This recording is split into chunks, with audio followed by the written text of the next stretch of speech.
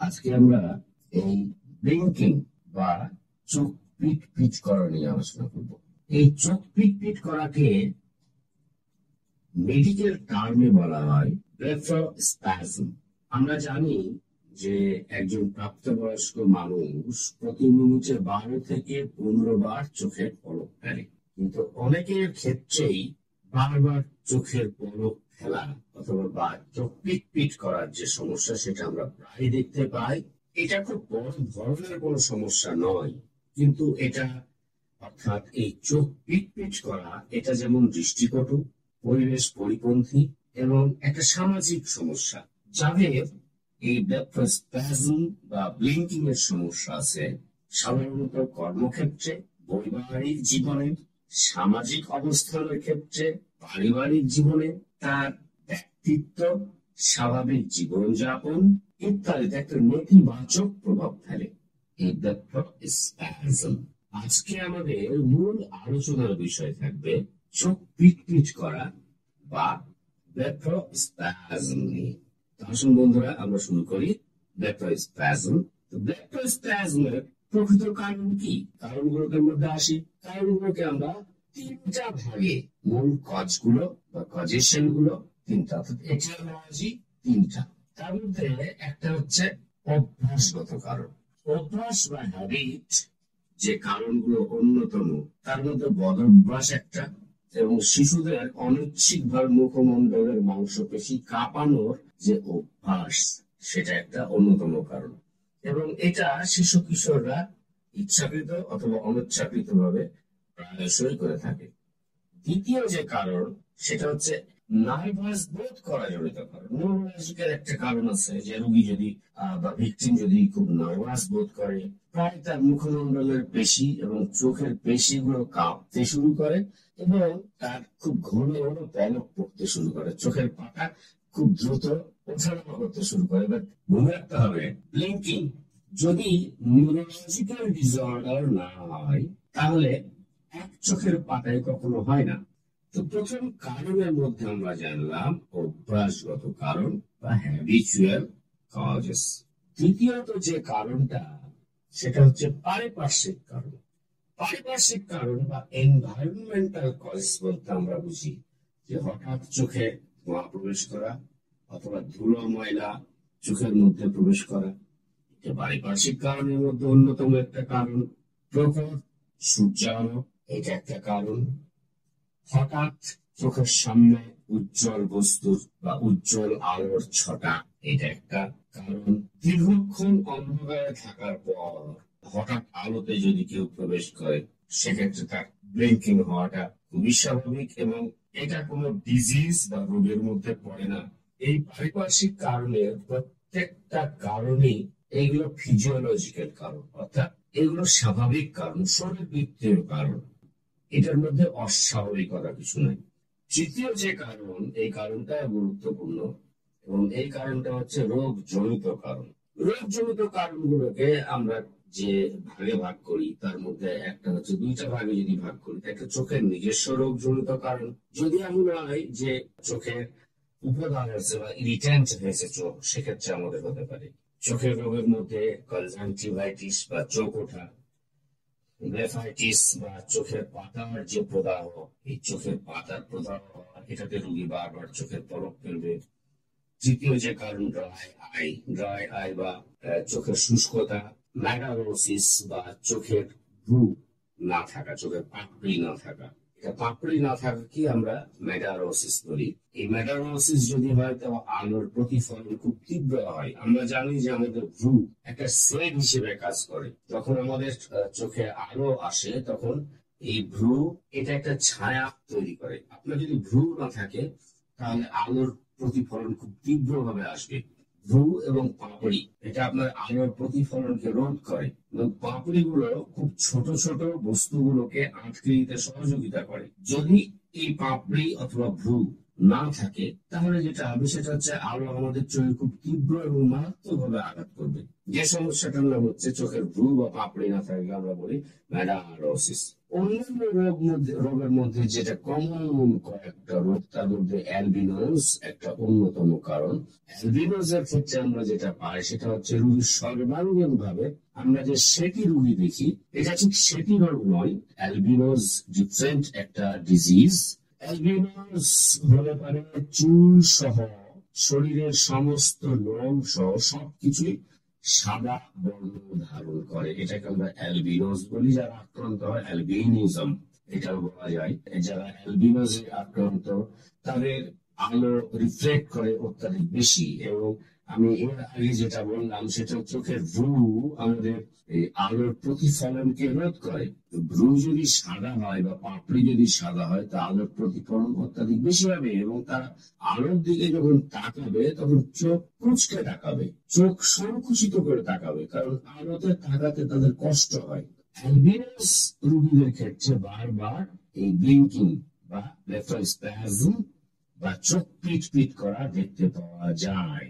ইপিলেপসির ক্ষেত্রে আমরা এই ব্লিঙ্কিং দেখতে পাই, বিশেষ করে ইপিলেপটিক অ্যাটাকের ক্ষেত্রে আমরা ব্লিঙ্কিং দেখতে পাই। অনেক সময় ইপিলেপসি আক্রান্ত রোগী এমনিতেই ব্লিঙ্কিং বা ব্লেফারোস্প্যাজম বা চোখ পিট পিট করার সমস্যায় আক্রান্ত হতে পারে। ফটো হাইপার সেন্সিটিভিটি বা আলোর প্রতি অতিরিক্ত সংবেদনশীলতা, যারা দীর্ঘ সময় ঘরের ভেতরে থাকেন বা অন্ধকারের মধ্যে থাকেন, অথবা স্পেসিফিক কিছু মানুষ আছেন বা স্পেশাল কিছু মানুষ আছেন যারা প্রকৃতপক্ষে আলোতে গেলেই তাদের ব্লিঙ্কিং ঘটে, এটা photo hyper sensitivity. Parkinson's disease সম্পর্কে আপনারা সবাই জানেন। আমরা পার্কিনসন্স ডিজিজ সম্পর্কে আলাদাভাবে একটা অধ্যায় তৈরি করব, এবং সেই ক্লাসে আমরা পার্কিনসন্স ডিজিজ নিয়ে ডিটেইলস আলোচনা করব। পার্কিনসন্স ডিজিজ আক্রান্ত পেশেন্টরা ব্লিঙ্কিং এর শিকার হতে পারেন বা হতে দেখা যায় প্রায়শই। টুরেট সিনড্রোম, আপনারা সামনে যে ছবিটা দেখতে পাচ্ছেন এটা খুব জনপ্রিয় ইন্ডিয়ান একটা চিত্র অভিনেত্রীর একটা সিনেমা, যে সিনেমাটার নাম সম্ভবত হেচকি অথবা হিটকি এই টাইপের নাম। আপনারা দেখতে পাচ্ছেন যে এই অনিশ্চিত ভাবে তার থুতনির নিচে বারবার ঘষছে এবং ঘাড় একদিকে কাট করে দিচ্ছে। এই রোগটা হচ্ছে টুরেট সিনড্রোম। টুরেট সিনড্রোমের রোগীর এই ব্লিঙ্কিং আমরা প্রায় দেখতে পাই, এবং টুরেট সিনড্রোমে এই ব্লিঙ্কিং খুব কমন। সিউডোবালবার পালসিতে যেহেতু এটা ক্রেনিয়াল নার্ভের একটা ডিসঅর্ডার, সিউডোবালবার পালসিতে যেটা হয় সেটা হচ্ছে যে মুখের একদিক বাঁকা হয়ে যায় এবং চোখ ছোট হয়ে যায়, সেই সাথে ব্লিঙ্কিং হতে দেখা যায়, চোখ দিয়ে জল ঝরে ইত্যাদি।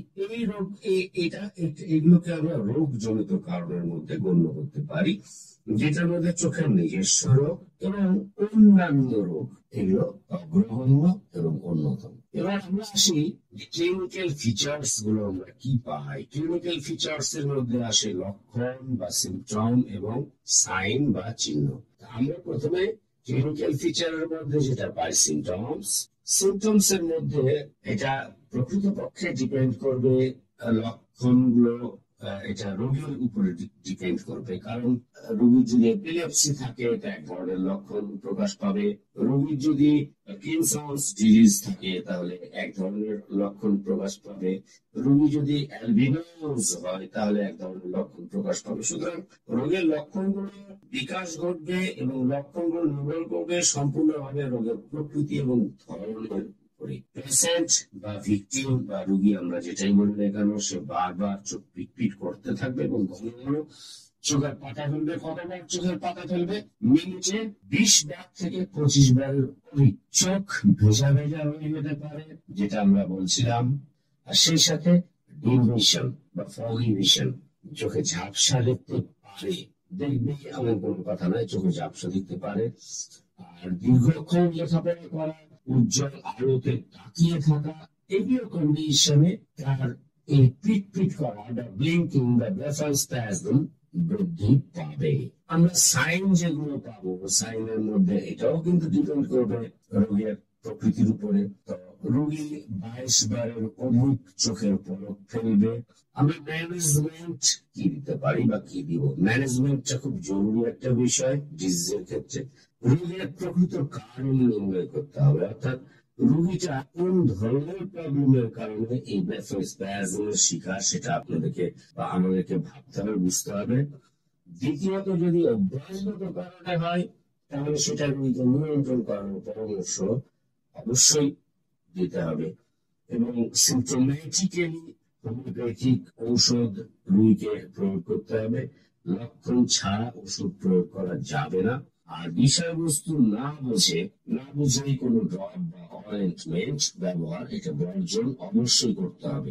চোখ খুব সেন্সিটিভ একটা অর্গান, সুতরাং চোখে যখন তখন যে কোনো ঔষধ সরাসরি প্রয়োগ করা এটা অত্যন্ত, এই চোখের ড্রপ ব্যবহার করা মোটেও উচিত নয় এবং অয়েন্টমেন্ট ব্যবহার করা পরিহার করতে হবে। তৃতীয়ত, কালো চশমা ব্যবহার করা যেতে পারে। এইটা সাময়িক সময়ের জন্য ব্যক্তিত্বের অবস্থাটা রোধ করা যাবে বা পরিবেশটাকে আপনি মেনটেন করতে পারবেন, কিন্তু এটা সাময়িক সময়ের জন্য, স্থায়ী সমাধান নয়। আমরা এবার হোমিওপ্যাথিক কিছু ঔষধে আসি। হোমিওপ্যাথিক ঔষধ আলোচনা আমরা সচরাচর করি না বা আমরা হোমিওপ্যাথি আলোচনা থেকে বিরত থাকাটাই পছন্দ করি। তারপরে কিছু ওষুধ আছে যে ওষুধগুলো খুব এই ব্লিঙ্কিং এর জন্য খুব ভালো, এবং ব্লিঙ্কিং এর ক্ষেত্রে আমরা এই ওষুধগুলো দেখতে পারি যদি লক্ষণ মেলে। যদি লক্ষণ না মেলে তাহলে আমরা অবশ্যই এই ওষুধগুলো প্রয়োগ করবো না এবং কাউকে সেবন করারও পরামর্শ দেবো না। আমরা সুনির্দিষ্ট কিছু ঔষধের লক্ষণ নেব এবং লক্ষণ নেওয়ার পর যদি দেখি যে আমরা রোগীটার মধ্যে লক্ষণগুলো পাচ্ছি এবং আনুষঙ্গিক লক্ষণগুলো পাচ্ছি, আমি এখানে সংক্ষেপে কিছু লক্ষণ বর্ণনা করেছি। যেমন অ্যাসিডাম লক্ষণ হচ্ছে বয়সের চেয়ে দ্রুত বাড়ছে এমন শিশু কিশোরদের জন্য বেশি উপযোগী। যারা প্রাপ্তবয়স্ক তাদের ক্ষেত্রে অতিরিক্ত সহবাস, অতিরিক্ত হস্তমৈথুন, অতিরিক্ত যৌন শক্তির অপচয় অথবা দীর্ঘদিন রোগ ভোগ করেছে যে তারপরে মানসিক অথবা শারীরিক দুর্বলতায় ভুগছে, তাদের ক্ষেত্রে উপযোগী। কিন্তু অ্যাসিডাম ফসফোরিকামের রোগী প্রথমে মানসিক সমস্যায় এবং পরবর্তী সময়ে শারীরিক দুর্বলতায় বেশি আক্রান্ত হয়। এত দুর্বল কিন্তু বারবার পাতলা পায়খানা হওয়ার পরেও রোগী দুর্বল বোধ করে না। চোখের চারদিকে নীল গোল চক্র, ক্লান্ত দৃষ্টি, মনে হয় কুয়াশার ভিতর দিয়ে দেখছে, অর্থাৎ এটা রোগীর নিজস্ব একটা ফিজিওলজিক্যাল কন্ডিশন। যেটাই বলি না কেন আমরা, রোগীর কাছে মনে হয় যে সে যেন কুয়াশার ভিতর দিয়ে দেখছে, অর্থাৎ ফগি ভিশন, এবং বারবার চোখ পিট করে। এবার আমরা অ্যাগারিকাস মাস্কেরিয়াস নিয়ে একটু আলোচনা করি। অ্যাগারিকাস মাস্কেরিয়াস এর রোগী প্রচন্ড নার্ভাস, ভীতু এবং সামান্য উত্তেজনায় কাঁপতে থাকে, কম্পন দেখা দেয়, চোখ পিট করতে থাকে, ভীষণ নার্ভাস প্রকৃতির, হাত থেকে জিনিস পড়ে যায়। এবং লক্ষণগুলো যদি অ্যাগারিকাস মাস্কেরিয়াসের সাথে সম্পূর্ণভাবে মেলে, আপনারা ম্যাক্সিমাম মেডিকেলে দেখে নেবেন, সেক্ষেত্রে ব্লেফারোস্প্যাজমের ভালো একটা ওষুধের মধ্যে অ্যাগারিকাস মাস্কেরিয়াস একটা অন্যতম ঔষধ। কার্বো এনামেলিস খুব ভালো একটা ওষুধ, যেটাতে রোগী কাছের জিনিস দূরে মনে হয় এবং সেই সাথে যদি ব্লিঙ্কিং থাকে। আপনারা কার্বো এনামেলিসের আরো অনেকগুলো মেন্টাল সিমটম আছে, যে মেন্টাল সিমটম গুলো আমরা ম্যাক্সিমাম মেডিকেল চ্যাপ্টারে আলোচনা করবো, আপনারা ওটা দেখে নেবেন। ব্লিঙ্কিং এর খুব ভালো ওষুধ, কিন্তু লক্ষণ মিলতে হবে। বিশেষত মনে হয় যেন ডান চোখ বন্ধ হয়ে গেছে, চোখের চারপাশ ফোলা, রোগী ভীষণ পরিশ্রমী, ভীষণ কর্মোৎসাহী রোগী এবং ঋতুস্রাবের পূর্বে অত্যাধিক কাজ করার ভাবিক, শরীরের একই স্থান চুলকালে অন্য স্থানে চুলকানো শুরু হয়। এটা কমোক্লেরিয়া ডেন্টাটার খুব গুরুত্বপূর্ণ একটা লক্ষণ। প্রকাশ স্যাটিভাসে আমরা যেটা পাই, চোখ পিট করে, মনে হয় চোখে ধোঁয়া লেগেছে, যেন উজ্জ্বল চকচকে বস্তুর ভিতর দিয়ে তাকাচ্ছে, যেন চোখের উপর দিয়ে শীতল বাতাস বয়ে যাচ্ছে। চোখ শক্ত করে বুঝে রাখলে উপশম। রোগীর যাবতীয় রোগ লক্ষণ অবিরত পরিবর্তন হয়ে থাকে, পর্যায়শীল শারীরিক এবং মানসিক লক্ষণ, মানসিক লক্ষণের পরিবর্তনশীলতা। আপনারা হুট করে ভাববেন না যে এটা পালসিটিলার রোগী, না, পালসিটিলার 3 ধরনের লক্ষণ আছে, কিন্তু পালসিটিলার লক্ষণগুলো আরো ডিফারেন্ট। এই জন্য ডিফারেন্সিয়েশন বোঝা আমাদের জন্য খুব জরুরি একটা বিষয়। ক্যালকেরিয়া কার্বনিকা হ্যানিম্যানি ব্লিঙ্কিং এর জন্য শ্রেষ্ঠ ওষুধগুলোর মধ্যে একটা।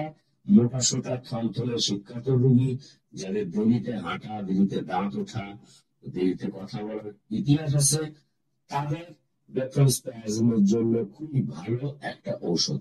এখানে বলে রাখতে হবে, এই যে থলথলে মোটাসোটা, আমরা যদি শুধুমাত্র এই লক্ষণটাকে কেন্দ্র করে একটু এগিয়ে যাই, তো অনেক সময় নতুন যারা ছাত্রছাত্রী তাদের ক্ষেত্রে এই থলথলে মোটাসোটা বা স্থূলতা লক্ষণে ক্যালকেরিয়া কার্বের সাথে অন্য কিছু ওষুধের বা অন্য কয়েকটা ওষুধের ডিফারেন্সিয়েশন করা একটু কষ্টকর বা কঠিন হয়ে যায়।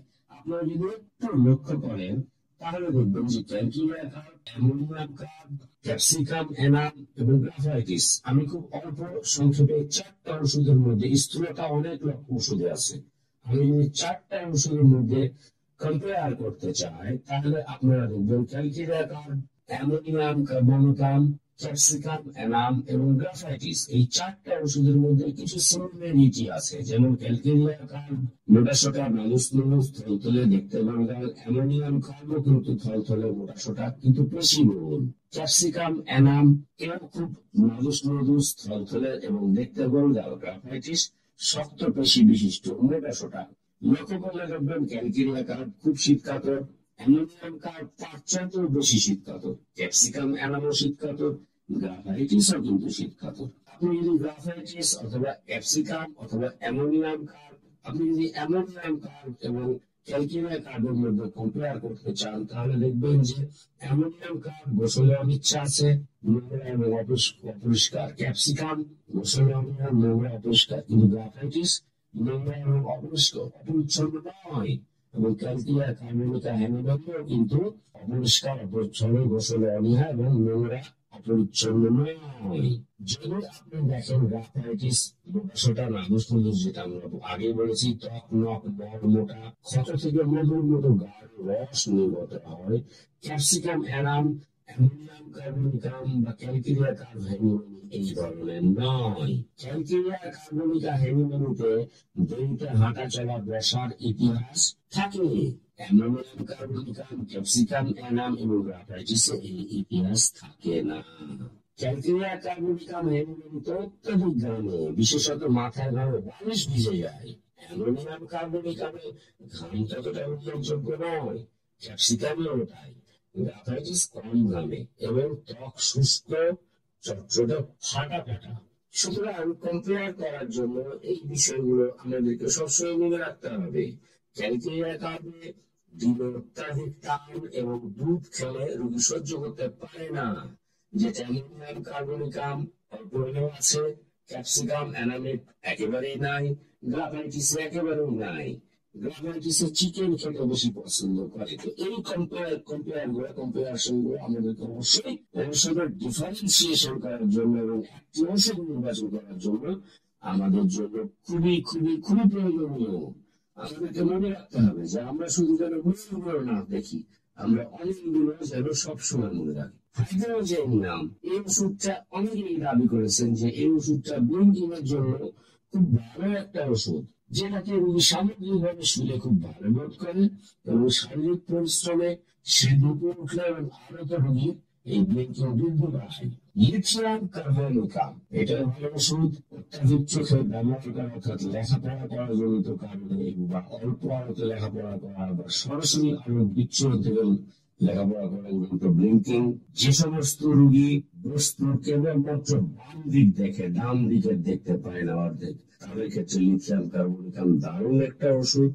ঋতুস্রাবের পূর্বে লক্ষণ সময় বাম দিকে দিক থাকে, ঋতুস্রাবের পরে ডান দিকে, এটা খুব ইম্পর্টেন্ট একটা লক্ষণ লিথিয়াম কার্বনিকাম।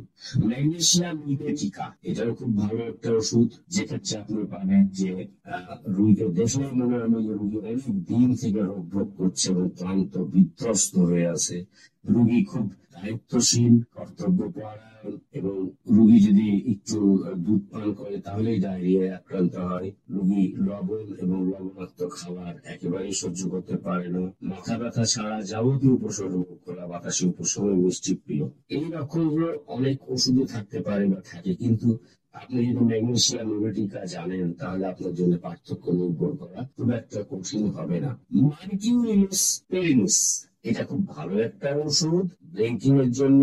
যে ক্ষেত্রে চোখের সামনে মনে হয় যেন কুয়াশা, ডান চোখের পাতা কম্পন এবং ঝাঁকি, চোখ পিট পিট করে, বিশেষত খোলা বাতাসে গেলে, ইত্যাদি ইত্যাদি লক্ষণগুলো যদি আমরা পাই তাহলে দিতে পারে। আমি অল্প কিছু ঔষধের কথা উল্লেখ করলাম, আরো অনেক অনেক অনেক ঔষধ আছে। আপনার সামনে যে রোগীটা যাবে সেই রোগীটার টোটালিটি অফ সিমটমস এর উপর নির্ভর করে আপনি ওষুধ দেবেন। তাতে যে ওষুধটাই নির্বাচিত হোক না কেন, আপনার সুনির্বাচিত ওষুধই আপনার রোগীকে ভালো করবে ইনশাআল্লাহ। তা আপনারা সবাই ভালো থাকবেন। আমার এই ভিডিওটা যদি আপনাদের ভালো লাগে একটা লাইক, একটা কমেন্ট এবং সাবস্ক্রাইব করবেন, আর শেয়ার করতে ভুলবেন না। অনেক অনেক অনেক অনেক ধন্যবাদ। শুভরাত্রি।